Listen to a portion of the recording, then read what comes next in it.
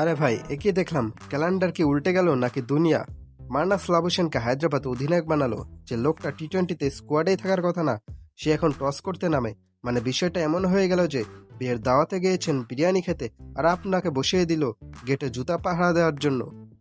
Labuschagne ভাই তো test আর ওয়ানডেতে উইকেটে আঠা দিয়ে লেগে থাকার জন্য বিখ্যাত, কিন্তু টি-20 এখানে তো আঠা না, আগুন লাগে।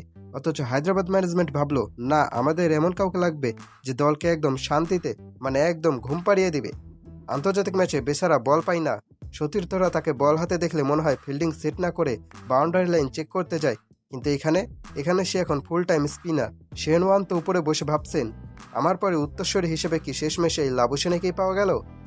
আমাদের মিরাজ ভাইয়ের একটা কথা মনে আছে তো, ব্যাটিং পান আর না পান, বোলিং তো করবেনই। লাবুসেনও ঠিক সেই পথেই হাঁটছেন। অধিনায়ক হওয়ার আসল ফায়দাটা তো এখানেই, নিজের বোলিংয়ের কোটা নিজেই পূরণ করছেন। মার খাক আর না খাক, বল তো আমি করবই।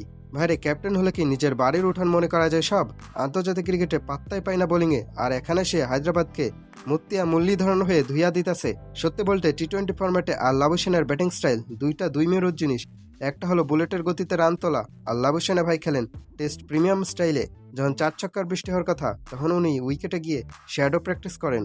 হায়দ্রাবাদের সমর্থকরা গ্যালারিতে বসে ভাবছে, ভাই আমরা কি পিএসএল দেখতে আসছি নাকি অ্যাশেজ সিরিজ? ক্রিকেট বিশেষজ্ঞরা বলছেন এই সিদ্ধান্তটা অনেকটা নিজের পায়ে কোড়াল মারার মতো।